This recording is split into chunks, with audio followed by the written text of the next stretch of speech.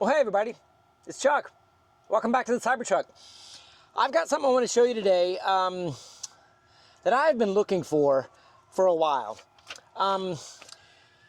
Many of you remember I pulled off my rear view mirror up here, mostly because it was this janky little tiny mirror that didn't do much because you couldn't see through the back of the truck when the tonneau was closed, and it was only useful when the tonneau was open. And it was such a tiny little mirror, and it just didn't fit the aesthetic of the Cybertruck. So I went ahead, and there's a little thing up here that you can use a Torx 20 screwdriver, remove it, and close it up. You can kind of see right here, there's a tiny little gap. This little gap needs a screwdriver of about this size, tiny, and all you do is lean that out, and there's a little clip here. This little clip just comes right off. And when I say that this is designed for this little piece of plastic just exposes a T20 screw that is right in there. And you just kind of unscrew it, and check this out. Wait till you see this. The screw actually has a little holding cable to it. This is probably a safety mechanism so that in case this came out, it's attached. But if you notice the engineering of this little gap right there, and you see that little door handle, this little door closes. May not be a final solution for me, and many of you may also be looking for something like this. I'm going to go ahead and install this and try it out for a little while. It's basically a camera. It's going to go, and it also acts as a mirror. So you can see when the camera's off, it is a full mirror just like the Tesla one had, and it's going to go right up here. It also has a dash cam up front that goes up, and then some wires that go on the back. And this is custom made for the Cybertruck, and I say that. This is the camera that goes in the back. Here's the cabling that goes all the way to the back of the truck. And I say that because it comes with a pigtail that taps into the wiring up in here in the Cybertruck. So it actually is custom made for the Cybertruck. There's a couple other parts in here, and then the front and the rear camera. So there are two cameras. One of them goes up front, optional installation for a dash cam. We all have a dash cam on the Cybertruck, and there's, you know, two cameras on the inside looking out the front screen here. You may not need this, but if you wanted to try it, you can put this additional camera, and it's looking forward, and it's being recorded to a separate SD card. I am an advocate of dash cams, maybe not necessarily an additional dash cam in the Tesla, but dash cams have pretty much saved me in the past. Accidents that had to be verified weren't your fault is basically the short story of that. So I'm going to go ahead and work on this installation.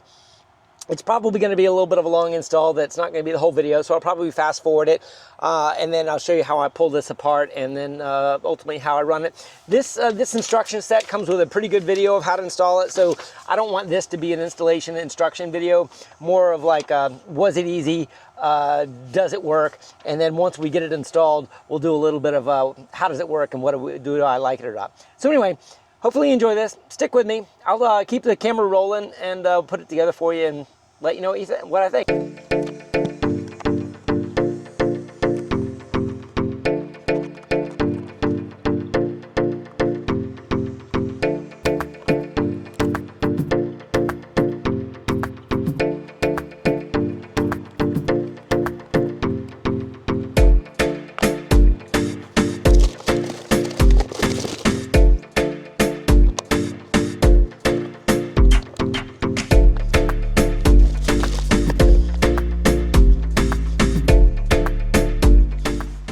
Okay, now that I've got this, actually this is the manual backup for the hazards and the park drive, and I've got the front camera opened up.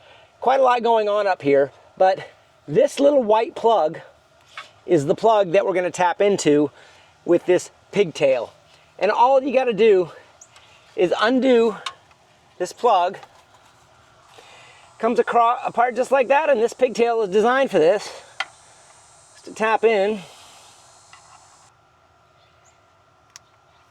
Okay, now you can see how that goes in, and this is essentially a little bit more of a standard plug for the camera. So just a little bit of a pigtail that goes in there, and then these can go back in that snap spot if you'd like. So these are the two different cameras that come with this. One of them is apparently 1080p, and it looks like this is probably the 1080p front camera. And this is the exterior, and it's almost 4K is what it said on the video. It's got some sticky tape. It's got a little pivot joint here so you can adjust the angles of both of them, which I think is really, really good. The plugs on these are proprietary. Just little, kind of looks like there's 4 or 5 pins on here that goes into the extension cabling that came with it. So here you can see the camera has these females ends, and these just go in here, and then we have the extension cable that runs to the aft. So I'm going to go ahead and install the front camera, and then I'll do the wiring for the back.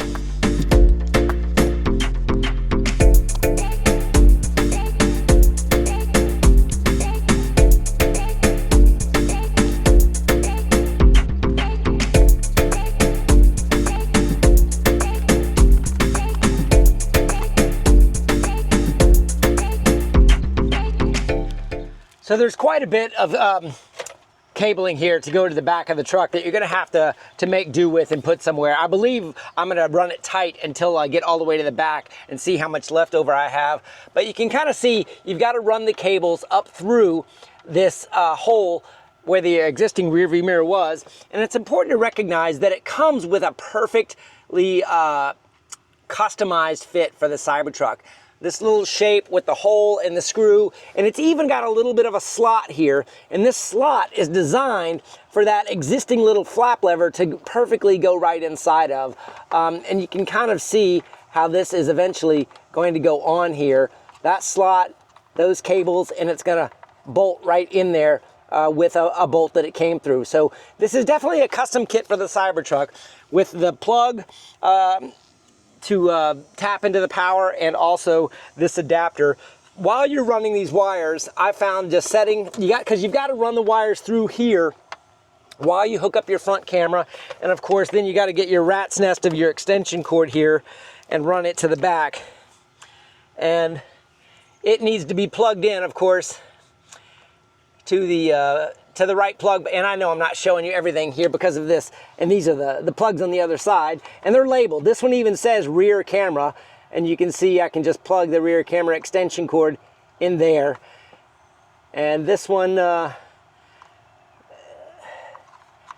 you can even, and here's the pigtail, and then here's the power, right? I'll just plug it in and it should go right in. Okay, depending on whether or not I fast forwarded that or not, this power cord to the camera did not have a very good keying mechanism to know which way it went, and I actually bent one of the pins and had to bend it back. But you can actually see the camera is on now. It's got no signal at the moment because I don't have a rear camera, but it is powered. So this is where we are at the moment, and you can kind of see the pigtail works. This power cord was a little bit tricky. I did bend a pen. I had to get a little kind of a needle and bend it back. But now we can put this back, and I'll show you kind of how that goes.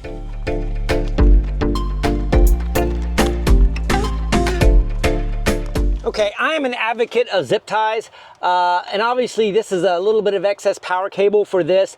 So I went ahead and zip tied that so that this shielding isn't impacted, making sure all of these cords for the pigtail are up and out of the way. You've got to thread these cables back and around out the back side, coming towards the back of the car, before you put this back up on the clips. And obviously the front camera is going up there, so it can actually go in there also.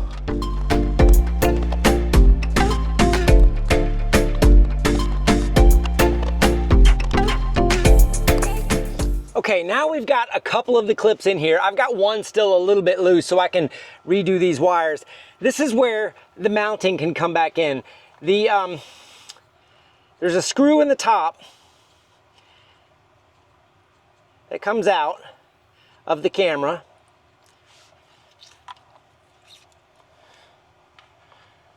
And it's gonna go just like that with the screw back into the top.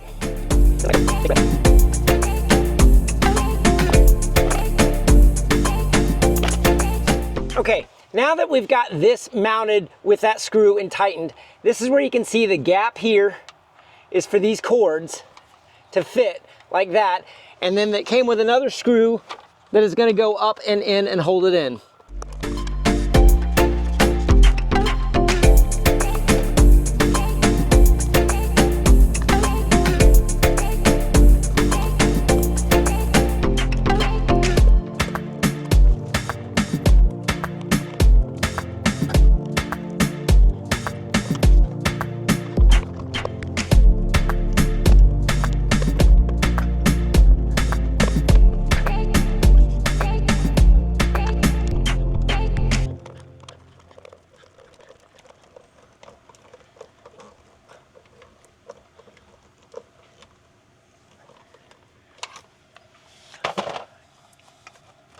Okay, that took a long time and was very, very difficult to get just right. And I hope I got it just right. I think I do.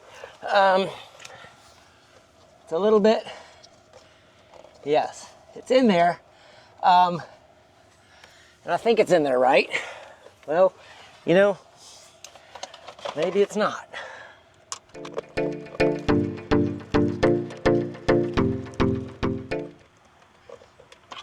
Okay, that's in there, and it's kind of difficult to get these wires, these clips, and everything in there nice and snug, but it's in there and it's mounted, and I do have power on the camera.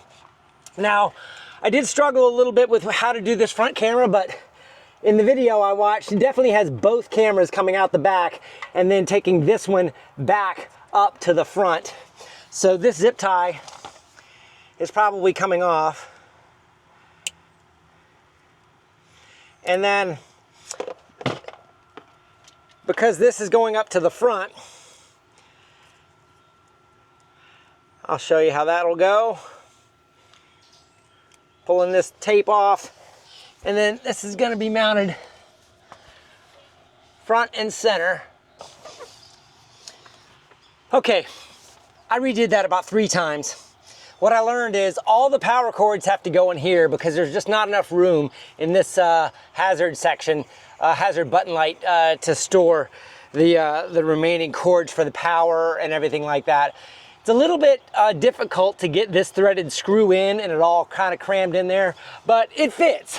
So make no mistake, you can do it. But just to kind of continue this along and show you how you kind of tuck this back in, ahead of doing all of the work with the remaining run. Stick with me.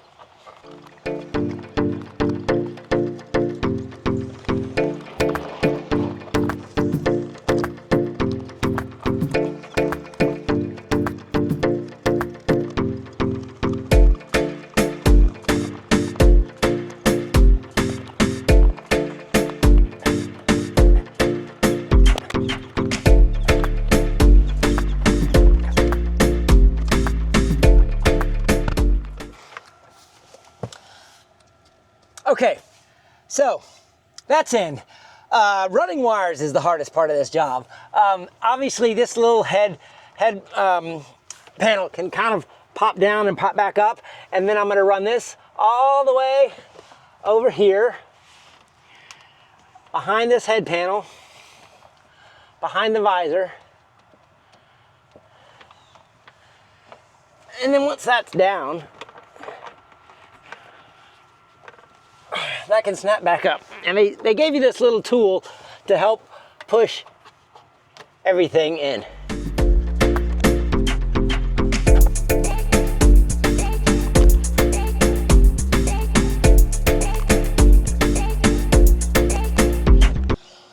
So I got the wire out here, and this sealant comes off here, and the wire comes out, and this is where it breaks the weather barrier outside, is right up in here, and then you can put this seal back on. Obviously you need to be careful putting this seal on because this is your weather barrier for your door. But once that wire is up, you're essentially running it up this top edge and getting it behind as much of the rubber as you possibly can.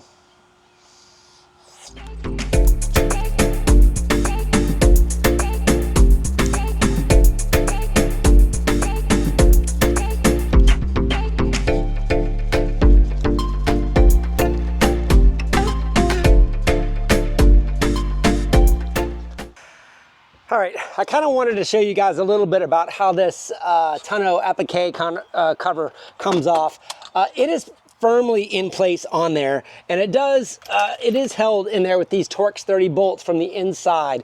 But what you might not realize, I definitely recommend whenever you're taking your truck apart, go to the Cybertruck service manual and look at how the technicians are instructed to take these things apart. It's just the right way of doing it, and you'll probably save yourself from breaking some clips. But you see this little kind of insert part? There's a clip right here where that's going to go down inside after I kind of force it down.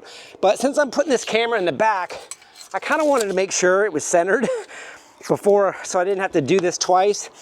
And it's almost exactly 64 inches, so I'm just going to put a little bit of tape here at the 32 spot. So I know exactly where I want my wire to go through, and I haven't decided how far in and out I want this to go, but I'm just gonna guess, because I'm gonna make a 3D housing for this so it sticks on here and kind of covers up the wire going back in. And this is kind of a rubber and a foam gasket here, so it kind of squishes okay, I think, there. And because we're outside of the vehicle seal, this is basically the tonneau seal. A water, you know, if it was gonna leak in there, it's going inside of the bed, not inside of the truck, which I thought was an important part too. But now that I've got that on there, you basically have to kind of force this down on. Now I do want to show you, there's a little piece of plastic here. This is all about keeping the vibration and harshness down.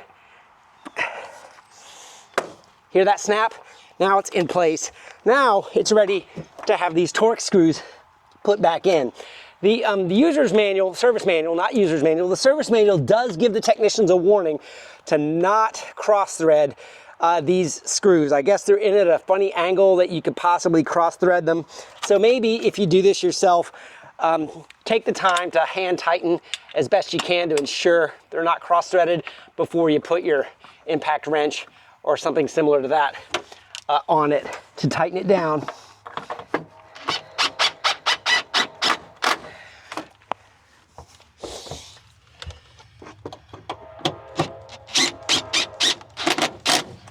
There, so that's in there, and there's a lot of room up under here for running some wire, so I'm not really worried about that. I'm gonna undo my cabling from the other side and give this a try. I'll keep you guys updated. I'm recording this as I go. We'll see what the compilation looks like. Anyway, thanks for watching. All right, I just had to turn the camera on for this section because this is probably the hardest part I had to figure out. I undid all of my cabling going back to the back bumper, and I'm rerunning it up and through here. You know, you get in this little rack kind of clamp, you get a little bit of an open peek into what's in here. I ran a little wire, kind of a galvanized wire, and if you take, there's some trim up top and there's some trim on the door. This kind of just can sort of pop down a little bit. There's a tiny little crack up on the upper right hand side looking up at it where you can thread this back here.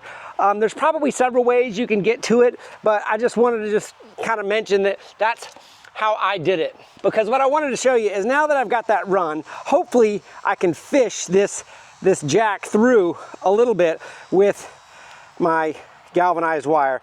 A coat hanger might work. I use something a little bit thinner than a coat hanger just to try to be as careful as I could.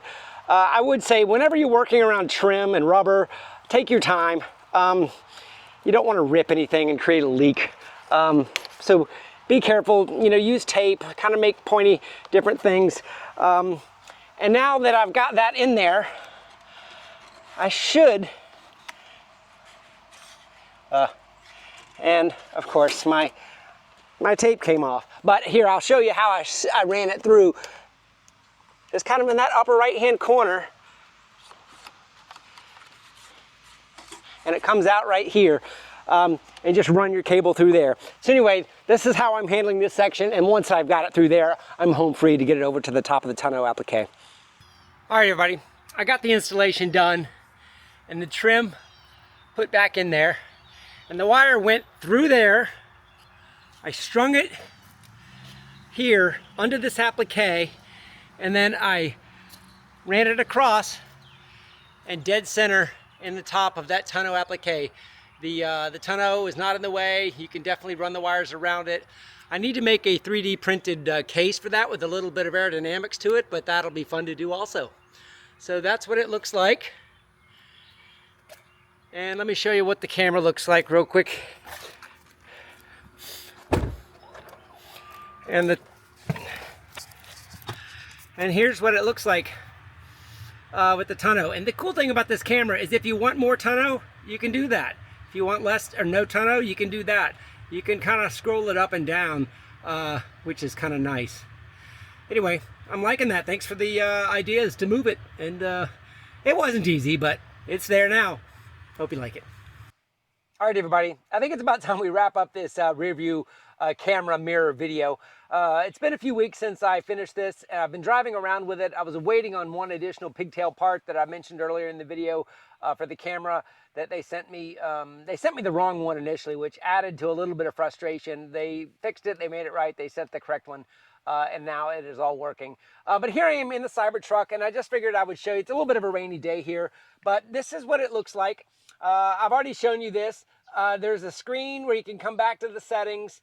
Pretty easy peasy. There's an SD card slot right here where you essentially put in an SD card for the dash cam feature should you want that. Clock and everything. It's a basic dash cam. I don't really go to this screen at all. I just live here in the live stream. But you know, you can pan and tilt to get the amount of view you want. One important thing I want to mention is when you're driving, if you have something in the tonneau and you can pan down, you can see something in the tonneau. So if you set something that you're worried about blowing or moving around, you can actually, while you're driving, go, pan around. You can swipe left and right to see from the front camera. So I do have the front camera installed as part of this installation, and you can see through the rain, it's not able to see it. But so anyway, I think I really am happy with this. If you do turn it off, it is a regular mirror. The power button is down here on the bottom. Let me go ahead and turn that off. So now you can see it's a pure mirror. Works pretty good. So you could use it as the standard OEM interface. Comes back on. So I don't have any regrets. I do have a few features. I'm going to go out and drive around a little bit with it and add it to the end of this video. We'll wrap it up. With regard to the ability to see. So inside the car, I also want to show you guys one more thing. This is how I'm recording my screen right now because I don't have an HDMI extract mod for the Cybertruck yet. I'm working on trying to get a screen, which I can buy new through the electronic parts catalog, but I need an MCU also to power the screen to do the R&D. Anybody out there knows where I can get an MCU and a screen, please contact me on X, DM me. My DMs are open for things like that. I'm trying to get this done like I have done on the Model 3 and the Model Y. Also, just another inside peek. This is the camera mount I use in here. My Starlink is mounted back there. This is kind of the internal setup. But this mod right now is the one we're talking about. Now, outside, this is where I ended up for my mod. And thanks to a follower on X helped me kind of modify that a little bit, give it a little bit of a Cybertruck feel. It's not perfect yet, but it doesn't move. It makes it through all sorts of conditions and things like that. And I really am pretty happy with how this looks. And I'm really pretty happy with it. So that's what it looks like from the backside. And yeah, so let's go driving with it. Let me show you a little bit more. Okay. So here we are, we're just out driving around the neighborhood. I just kind of wanted to show you some of the dynamics of the camera. Right now I have the tailgate up in the normal position and the tonneau closed. And you can kind of see the difference in the brightness here between this camera and the camera coming off of the tailgate. The tailgate's a little bit less bright, a little bit lower resolution. And as I'm driving, just like I was pointing out earlier, I can take a look at the tonneau cover and you can see it's kind of a little drizzly today and there's a couple leaves on it and I can tag it right back down, which is a very important difference that I wanted to point out. Now, interesting thing I want to kind of make you realize, and this is probably the best feature I'm talking about. When you turn the blinker on, I don't have my tailgate camera anymore. This has been a complaint we've been making, that in some scenarios, and there actually is in off-road mode the ability of seeing the camera at the same time. I don't know how quickly I can do that. And when you go into off-road mode and you launch the off-road app, this is the screen I was talking about. See here, I've got the side cameras and the tailgate camera at the same time. Now granted, this is designed for avoiding rocks and things like that. See, look, there's the blinker and it doesn't go off. And there's the front camera, and of course you can slide to the rear camera, and the rear camera is actually cropped looking down. This is not what it's designed to do. And there's the kind of the rear view camera. I guess this is what I wish we had on the primary screen, and the fact they have it in the off-road app, you know, means it's possible. But this is essentially why we've going back to the essentially the installing a rear view camera, is because when my blinkers are on, I don't have a look in the rear. And the primary use case is while you're driving kind of down a 50-mile-an-hour road and you've got your blinker on, my natural reaction as a mature driver anyway is to look up in my rear view to ensure no one is approaching me, perhaps distracted and might tail in me as I'm braking on a highway. Plus I also like to be able to see out the back and for different things. This camera location, where I installed it up at the top of the tonneau, actually has a very good blind spot detection. And as I stop right here at this stop sign, this is a pretty good view. See in the camera, the rear view camera, I've got a full view of that silver vehicle parked there in that parking lot. In the rear view camera that's coming off the tailgate, I've got just like the back wheel of it. And if I turn the right blinker on, look, there's the full right blind spot view. So I've got about 50% of the repeater blind spot view in the rear view camera, because it's kind of positioned midway on the vehicle, which I think is a really, really good feature. So just another benefit there. Now, one last thing, and I'm going to just jump out here at the stop sign since there's no traffic behind me. All right, I'm back with you. But what I did is I opened the tailgate and I opened the tonneau cover. So here's where you can see the tailgate down on the screen. And look, I'm looking straight down in the tonneau, and I can see that the cargo gate, you know, in the mid location. Look, if I had plywood, I could totally see if it was shifting or moving, which is another really, really great feature. So as I go back into drive, let me just kind of demonstrate this to you. Let me take the blinker off. And when you have the tailgate open, of course, you don't have the screen displayed. Obviously, you can bring the camera screen up with the button on the steering wheel, or you can bring it up this way, but this camera is completely useless in this configuration. I am completely configured, perhaps in a better scenario, with the camera location up at the top center of the tonneau cover. And this is the primary benefit that is not replaced. Everything else is preference. This is a pure benefit, because with the tailgate down, you can't use that, which is unfortunate. I wish it was available. It's not. Anyway, so we installed this camera, and this is kind of how I'm demonstrating the use of this. I think it's a great addition. I'm not exactly sure I would say it's easy to install. I would say it's moderately difficult. If you're not comfortable taking apart different parts of your car, going slowly, perhaps even looking at the owner's manual on occasion, I would not attempt this without attempting to learn something. Perhaps you could have this installed at a third-party location, or have someone that is comfortable doing this type of modification do it for you. But so that's kind of what I wanted to show you.